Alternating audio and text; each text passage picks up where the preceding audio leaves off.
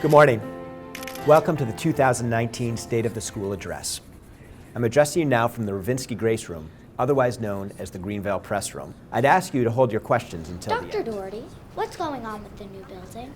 That's a great question. We wanted to make sure that the excellent teaching was matched with excellent space. Our goal is very clear. We really want to re-emphasize the academics in our upper school in a different kind of way. Math, sciences in one building and the humanities in the other. The gains from this will be tremendous. We decided to focus first and foremost on what we see as the heart of the school, our library. Remember that this is now an all-school library, so our youngest of kids will be in this space as well as our 8th graders. We're going to have twice as much space for technology that we've ever had before. An outside classroom that'll include an organic garden. I'm happy to announce that where our first intention was to have this building open by the start of the 2019-2020 school year, we are going to be able to be into this space late this spring.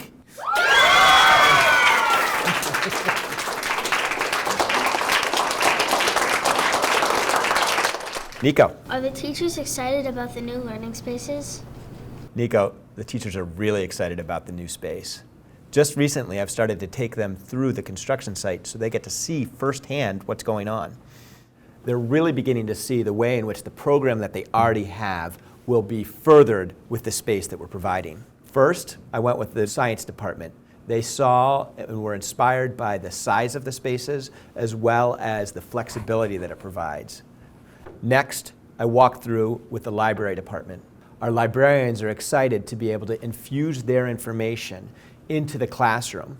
They want to help our students to be able to understand how to use the tremendous amount of information available to them. They're particularly excited about having flexible classrooms connected to the library. So when teachers come in with projects, they're able to get the references that they want from the library and take them into the flexible space. Finally, they're very excited to have a maker space, a space that is dedicated to both library and technology, a place where students have hands-on projects around technology that they'll build under the guidance of our teachers. In common areas, between classes, teachers are able to check in with students to help them with executive functioning, make sure that they're organized, ensure that they're having a good day. These little moments are critical to a child's success. How did we do raising the money for this?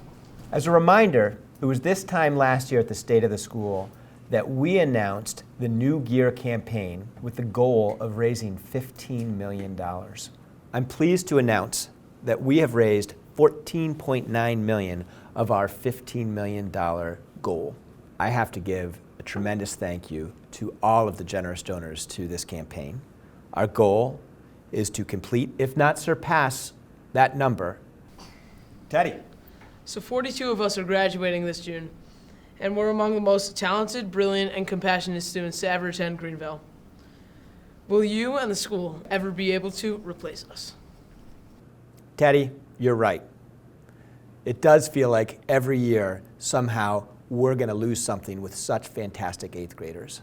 With that said, year over year, we managed to identify strong families to complete our community. We're excited to welcome Pat Berry, our new admissions director here. Not only is she bringing in some new ideas and special events that bring families onto campus in new ways so they get to experience firsthand the joy, the love, and the learning that makes up our community. Shire. What has your team been working on lately? One of the areas that our team has been focused on is the 5-year accreditation process that is required by the New York Association of Independent Schools. This is a process that gives us a real opportunity to stop and think about all the things that we do well and the areas that we want to focus on for the future. The process begins with us creating a 40-page document of self-reflection. The document focuses on 3 areas: academics, finance, and governance. From an academics perspective, we take the time to show them the frameworks that we use to think about how to educate your child.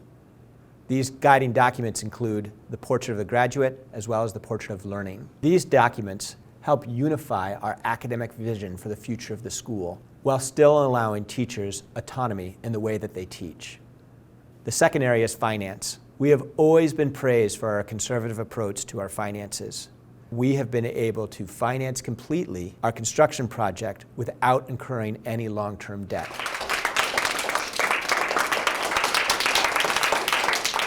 The third area is governance.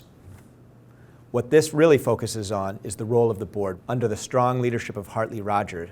What happens at the board level is monthly meetings to consider the strategic vision of the school. In between those meetings, there are subcommittees that meet. There's no question that this group is highly dedicated to thinking about preserving what is best while considering the future. Busola. What about the future? What is next for Greenville? Is anything going to change? When thinking about change, it's important to know first that we understand the most important aspect of our school is our teachers. Our goal is always to attract, retain, and develop our faculty. No matter what classes change, no matter what books change, we know that our faculty are critical to the success of your education. That is something that will never change. What is clear is that the state of the school is excellent. We know this, first, from the outstanding students that we have. Next, from the partnership that we get from all of you as parents. Third, from the amazing core of volunteers who help so many of our special events around the school. And fourth, and most importantly, our teachers. I can't thank our teachers enough, especially this year, for their incredible flexibility. The future for Greenville is bright. As I see it, there are three clear charges for me.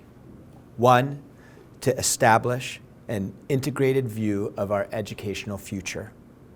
Two, to continue to support excellence in teaching and learning. And three, to cultivate, nurture, and allocate our resources towards the mission of our school.